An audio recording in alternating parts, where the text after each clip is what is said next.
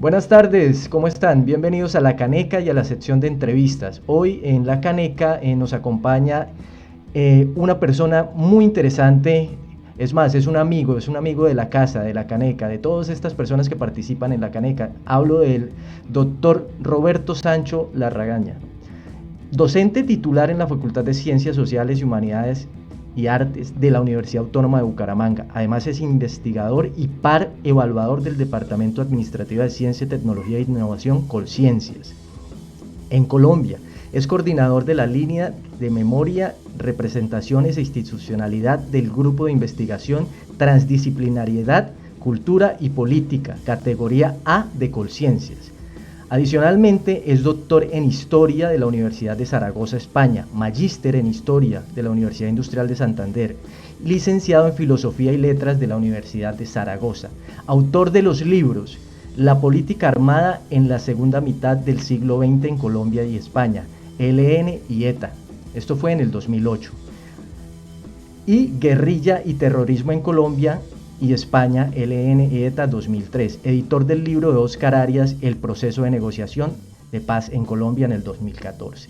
Bienvenido, Roberto, ¿cómo estás? Es un placer tenerte en La Caneca para hablar un poco de nuestra situación actual en términos de violencia, política y obviamente lo que se aqueja con la pandemia y que se une con estas dos temáticas. ¿Cómo estás?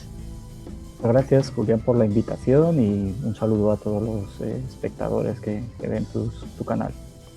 Muy bien.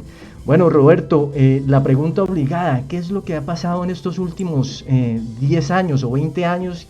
Digamos que hay un proceso, es una era política que hemos visto de una posición específicamente, que todos sabemos que, digamos, la derecha en Colombia se ha mantenido en estos últimos 20 años, pero esto que ha generado, o si es lo mismo de los 20 años anteriores a estos, seguimos en la misma etapa de violencia, ha cambiado, se ha recrudecido, desde tu perspectiva de historiador. O sea, depende la perspectiva, tú lo has dicho, ¿no? Depende, digamos, la perspectiva temporal. O sea, si coges a un largo plazo, uno diría, pues parece que hay cambios, pero en lo sustancial se mantiene una violencia estructural, ¿no? Se dio la Constitución del 91, la Constituyente, algunos grupos como el M19 se incorporan a la vida política, dejan las armas, hay una reincorporación al sector, a la población civil de actores armados, ¿sí? Pero evidentemente no se consigue finalizar el conflicto armado en el país, ¿sí? Que como ustedes saben viene 50, 60 años de historia.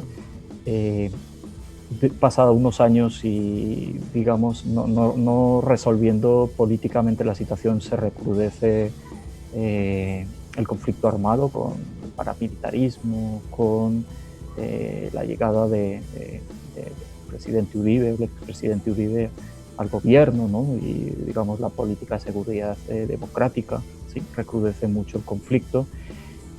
Y pues históricamente uno lo que vería es como un elixir, ¿no? Conflictos que vienen, la violencia política no se resolvió con el Frente Nacional, como no se resuelve, hay reductos de esa violencia bipartidista que se reincorporan a otra forma de violencia nueva que surge en los 60, que es la violencia revolucionaria de izquierdas, ¿sí? El Che Guevara, y surgen el ELN, surgen las FARC, surgen el Quintín Lame, muchos grupos, ¿sí? Como les digo, en los 90 hay otro intento de solución y no se soluciona. Eso se recrudece con el narcotráfico y la infiltración del narcotráfico tanto a los grupos paramilitares inicialmente como a las guerrillas posteriormente, ¿sí? Se recrudece, surge un nuevo intento con el plebiscito, el proceso de negociación de paz con las FARC, una nueva posibilidad de encontrar una salida política y social al conflicto armado. Y pues Estamos hablando del al proceso. acuerdo, ¿sí? Tenemos el posacuerdo, pero no el posconflicto. O sea, no hemos sido capaces de superar el conflicto y pues como hay resistencia por parte del establishment también, y evidentemente también hay una política de salvaguardar como el cuerpo por parte de las FARC con las disidencias, entonces se recrudece del conflicto. Entonces creo que en esa espiral no sé cómo se complejizará más la cosa. De pronto se complejiza más la situación, porque cada vez hay menos centralidad del conflicto, ¿sí? Entonces ya las Roberto, FARC ya no son un sí, bloque uniforme, sí. igual que no lo es el ELN, sino que ya se multiplica y se dificultan los procesos de negociación. Ok, en ese sentido, bueno, podríamos entender que el proceso de paz no logró lo que buscaba o todavía estamos dentro del proceso. Lo que pasa es que los procesos son, y digamos, pues es como un conflicto de pareja, o sí. O sea, tú te puedes reconciliar, pero si tú no resuelves las causas del conflicto, pues seguimos estando en el conflicto y volvemos y vuelve a separarse, etcétera, ¿no? Entonces, con la violencia política pasa lo mismo, ¿no? Hay unos problemas estructurales que no se abordan de fondo, ¿sí? Por poner un ejemplo, si, digamos, la justificación ideológica de las FARC siempre fue la distribución de la riqueza y sobre todo la distribución de la tierra y la reforma agraria. En ningún momento en el proceso de negociación, ni siquiera las FARC pusieron eso como objetivo, ¿sí?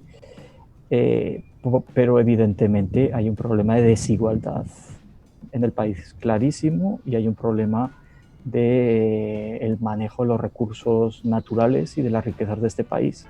Y creo que si ustedes van viendo, el conflicto se dirige ya desde el narcotráfico a esas otras formas de explotación de minería ilegal, porque pues digamos el negocio se diversifica y como digo yo, se complejiza más, porque ya no solamente es un problema político, hoy en día ya es un problema ambiental, el tema del conflicto armado. Ok, Roberto, en ese sentido, cuando tú dices que se recrudece, podríamos tomar como ejemplo lo que se está manifestando en estos días en Nariño y en la zona sur del país, con la muerte de jóvenes a manos de pues, delincuentes o personas del narcotráfico, que fue el último dato que dio el Ministerio de Justicia.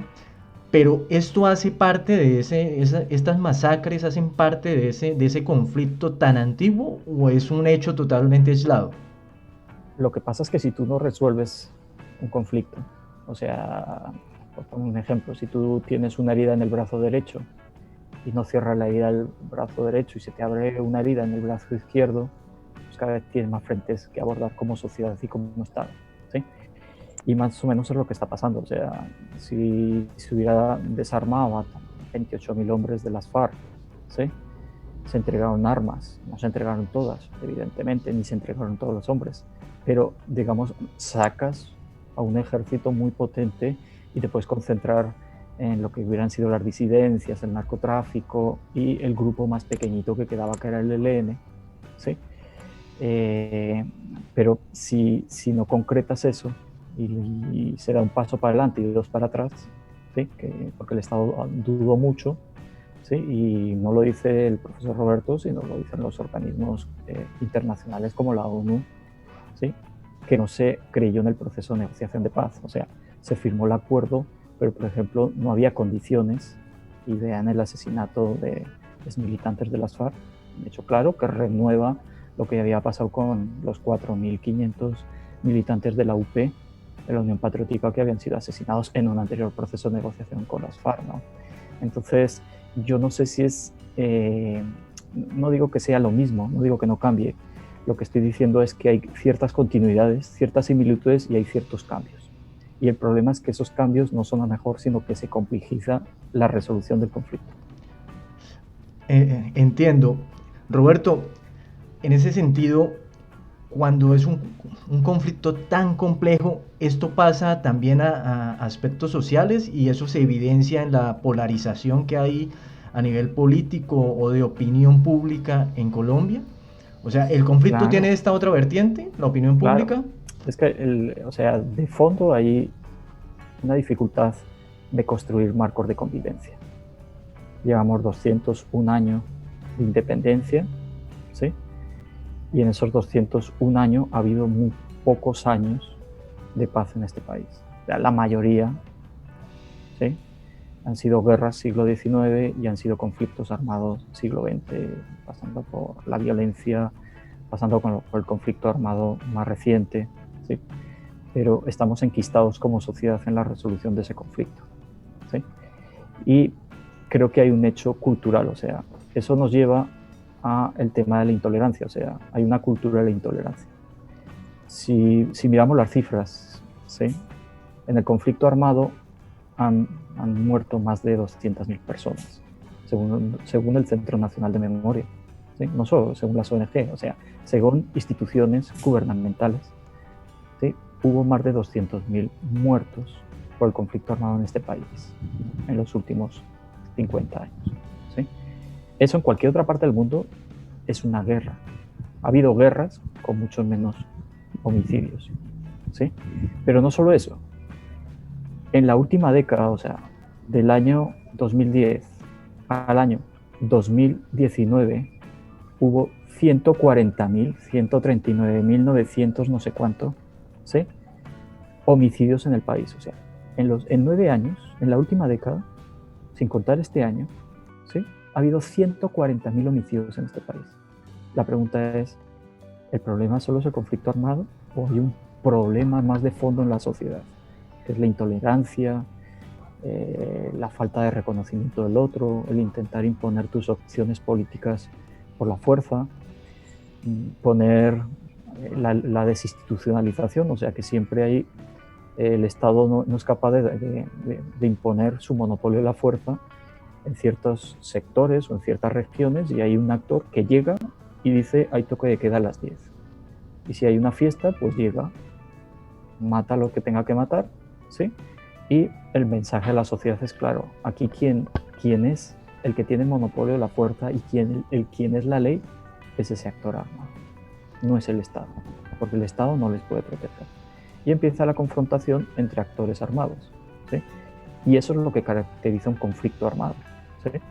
Que la población civil quede inmersa entre actores armados. Y el problema de lo que estoy diciendo es que antes eran 2 actores armados, 3 actores armados, pero el problema es que ahora está la cosa tan multidireccional, ¿sí? Está tan dispersa que ya no tienes 2 o 3 actores armados, sino que tienes múltiples actores armados y tienes que negociar con múltiples actores armados. Eso es preocupante porque lo que acabas de decir quiere decir que el Estado no está en la totalidad del territorio, por lo tanto no es Estado soberano, ¿sí? No sería un Estado soberano al no estar en la capacidad de cubrir o atender toda la sociedad, protegerlos, como consagra la Constitución, ¿cierto? Y es claro, o sea, es que ya no digamos que llega con servicios sociales, con salud, con educación, ¿no? O sea, ¿cuántos niños en esta situación de pandemia están dejando la escuela? Ya miras tú en una escuela rural, una familia, ¿sí? De campesinos, ¿qué computadora tiene? Pues tendrá su celular, pero pues tampoco tiene para consumir datos, para ver el vídeo del niño.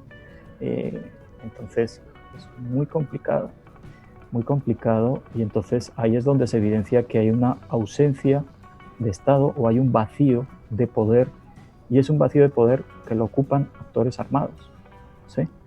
En la mayoría de los casos, evidentemente por la fuerza, ¿no? Es una disputa, y sobre todo en esos territorios es el gran problema de este país, que es un país rico. O sea, si esto fuera un desierto y no tuviera el desierto petróleo ni nada debajo en el subsuelo, o sea, fuéramos un país pobre, pues seguramente no se disputarían los recursos naturales, los actores armados, pero el problema es que este país es un país rico, ¿sí? Entonces hay mucha plata de por medio. Sí, me llama la atención, nosotros en una conversación anterior habíamos hablado que Colombia, aparte de que en este momento está con unas cifras de enfermos por la razón del COVID-19, esta pandemia que azota el mundo, y en especial que nos tiene en este momento en el 4.º lugar de contagiados en el mundo, que ya pasamos casi el 500.000 de contagios. Obviamente no todos esos están enfermos en este momento, sino hay muchos recuperados, más del 60%. Pero estamos enfermos de COVID en este momento, algunos en el país. Pero tú me decías que también este es un país enfermo de pulmonía, ¿Qué es eso? ¿Eso a qué hace referencia, Sí, Roberto? ese es el título de mi próximo libro que se presenta en un libro, la Feria de Libro de Bucaramanga. Se iba a presentar en FICBO, pero pues por los problemas de la pandemia no se pudo, no, las máquinas no se imprimían.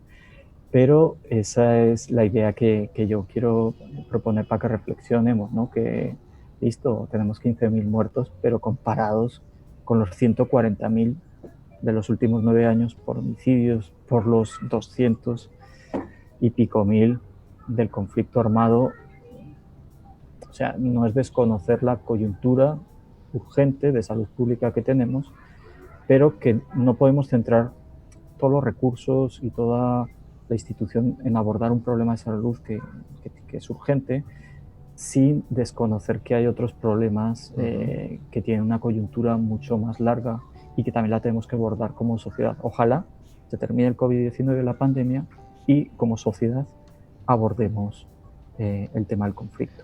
Roberto, ¿nos repites el nombre del libro y y dónde podemos adquirirlo o ver la presentación y Sí, cuándo? el libro está publicado por la editorial Planeta, entonces en cualquier librería, bueno, también hoy en día se puede ¿Y, comprar y el por título? ¿El ebook, título? etcétera. Por ebook y todo se puede conseguir también el libro, Y el, después de la presentación, ¿no? ok, ¿y el título del libro es? Entonces en cualquier... El título es Colombia enferma de pulmonía Colombia enferma. y el subtítulo, bueno, pues es Colombia, es una mirada desde la década de los 60 hasta el último proceso de negociación con las FARC. Ah, ok, listo. Alrededor de unos 60 años. Sí, o sea, lo que pretende es mostrar que, bueno, que lo que estás preguntando tú, ¿no? Que hay cambios en el conflicto, pero igual que cuando en una persona, en ti, en mí, en cualquiera de los espectadores, la infancia marca mucho, ¿sí? Yo trabajo el momento de surgimiento del ELN porque creo que lo marca como organización. Y aunque hay cambios, ¿sí? Se dan cambios, ¿sí?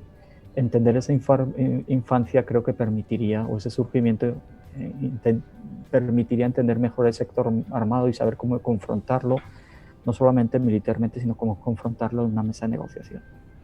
Ok. ¿Cuándo es la presentación, Roberto? Es el martes 25 de agosto a las 5 de la tarde. ¿Esto va a ser vía streaming? Sí, va a ser, ya saben que la Feria del Libro, por la situación que estamos, va a ser digital, entonces va a ser una experiencia interesante, aunque el contacto físico es muy importante y con los autores, con el papel, con el libro, generalmente tiene más pregnancia, ¿sí? Se genera más empatía ahí, pero creo que también es la oportunidad de llegar a más gente, ¿no? Sí, por supuesto. Sí, obviamente en las condiciones en las que estamos. Bueno, entonces, en síntesis, la pulmonía ha sido más peligrosa que el COVID hasta este momento. Digamos que es la tesis, ¿no? Es que yo creo que... De mayor mortalidad. No, y no es que sea hasta este momento, sino en el futuro.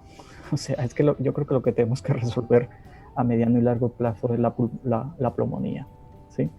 Más que el COVID. ¿Sí? No digo que el COVID no sea y está muriendo mucha gente, ¿no? Pero veamos lo que está pasando con los defensores de derechos humanos, con los defensores del medio ambiente, con los guerrilleros, ¿sí? O sea, el asesinato de líderes sociales en este país es impresionante, ¿no? Somos récord Guinness a nivel mundial, ¿sí? Y eso no se va a acabar si no somos capaces como sociedad de establecer unas nuevas reglas, no estoy hablando de una nueva constitución, sino unas reglas culturales de respeto y de reconocimiento al otro. Porque si uno ve las cifras de homicidios, la mayoría son por riñas personales. Y esas riñas personales, si uno las analiza de fondo, generalmente son pendejadas, como dirían en Colombia. O sea, son detalles pendejos. Que me miro a la novia, estábamos discutiendo sobre un partido de fútbol, que es una riña, ¿sí? Esas riñas se vuelven a enfrentar, la próxima vez ya comienzan con puños, luego es con puñales y terminan una persona matando a la otra, el otro de la familia intenta vengar la muerte del otro, y esa misma elipse que estamos viendo socialmente, porque no se resuelve el conflicto, inicialmente, y pues se fue enquistando y se fue volviendo inmanejable. Pues eso que pasa entre dos personas, ¿sí? Que se va expandiendo el conflicto a las dos familias y luego a los dos barrios y luego, ¿sí? Sí. O a los dos combos, ¿sí? Pues algo similar nos ha pasado con la historia del conflicto armado en el país, y ese es el gran mensaje que quiero dejar al final, ¿no? Que hay que conocer también la historia, el pasado de este país, pues para aprender de ese pasado, ¿sí? Porque uno no puede estar repitiendo y repitiendo y repitiendo, o sea, o la gran mayoría de los expertos en conflicto armado de este país decíamos que listo, se van a firmar los acuerdos de negociación de paz con las FARC, pero lo que se viene es el asesinato de militantes desguerrilleros de las FARC. ¿Por qué? Pues porque históricamente, ¿qué le pasó a la UPD? ¿Qué le pasó a los líderes de las guerrillas liberales? O sea, es que no hay que ser un mago sino que entender un poquito la historia de este país tampoco nos puede ayudar a decir, bueno, puede pasar esto, cuidado, tengamos cuidado con estos señores que se han reinsertado. Sí. Espérame que perdí acá la cámara. Ok, ya estoy con... Bueno, Roberto, mientras acá volvemos con la cámara, listo, ya tenemos esta. Roberto, un país enfermo de pulmonía, es claro, conocer la historia para conocer el futuro. Roberto, tú conoces la historia, ¿qué podríamos, voy a hacerlo no de pitonizo ni mucho menos, ni darle ejemplos sobre esto, pero ¿qué le espera al futuro de este país en términos de su enfermedad, que es la pulmonía?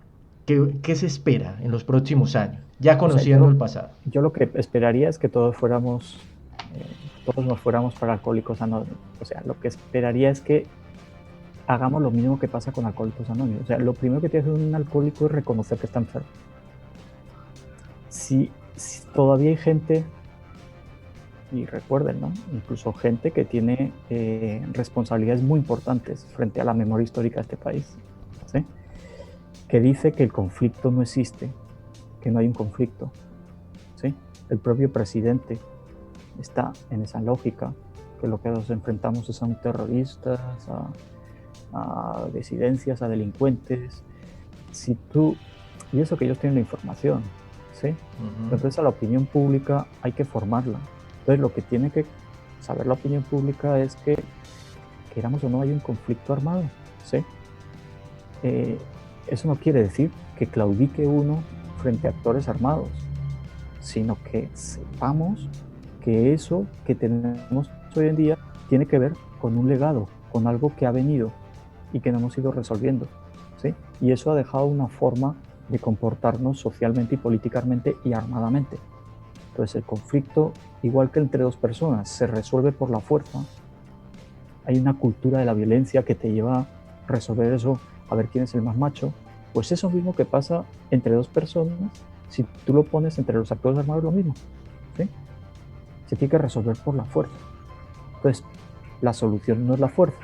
O sea, llevamos 201 años, por lo menos, resolviendo las cosas por la fuerza. Deberíamos de pensar, por eso decía lo de los alcohólicos, asumir que ya por la fuerza no se resuelve. Entonces, apostarle a la educación, a la formación, por lo menos de las nuevas generaciones, ¿sí? A que entendamos que no se resuelven las cosas por la fuerza, que para eso nos damos unos marcos normativos y unos acuerdos como la Constitución del 91, ¿sí? Para que todos quedemos cobijados ahí. Pero si yo, que hago parte de la institucionalidad, incluso siendo presidente, y desconozco al Poder Judicial o lo desacredito con unas declaraciones, entonces uno dice, pues si no cree el presidente, ¿por qué tendré que creer yo que soy un chichi ciudadano? ¿O por qué tendrá que creer un guerrillero de las FARC en la institucionalidad si ni siquiera el presidente cree? Nosotros nos hemos dado como marco de convivencia. Sí, tienes razón. Bueno, Roberto, ha sido muy agradable pues conocer tu punto de vista y obviamente con conocimiento de causa histórica, porque lo has estudiado muchos años de tu vida, y agradecerte por estar esta tarde en La Caneca y por ese gran mensaje que nos dejas, y obviamente invitar a todos nuestros televidentes y seguidores a que el próximo, ¿qué es? ¿25? 25. El martes 25. Martes 25 de agosto a las 5 de la tarde entran a la página de Ulibro y allí pueden entrar a la presentación del libro de Roberto Sancho. Desde cualquier parte del mundo, sí. Desde cualquier parte del mundo, sí señor, ya nos ha dado pues este beneficio. Es más, tienes más audiencia. Si tiene amigos que estén en Australia, por ejemplo, pues podría invitarlos para que participen, aunque a esas horas ya se estarían levantando, ¿no? Estarán madrugando su amigo Pablo Pinto, por ejemplo. No, él está en Bogotá precisamente y le enviamos un saludo. Sí. Regresó. En Medellín creo que está. Bueno, muchísimas gracias Roberto. Colombia enferma de pulmonía. Escúchenlo el 25 y después adquiéranlo. Editorial Planeta, ¿cierto Roberto? Sí. Vale. Muchísimas gracias Roberto, bienvenido otra vez a La Caneca, esperamos tenerlo nuevamente en otra temática con más panelistas y que tenga una muy buena semana, sé que está trabajando en este momento. Gracias Roberto. Sí. Bueno, que esté muy bien, hasta luego. Hasta luego. Chao, chao.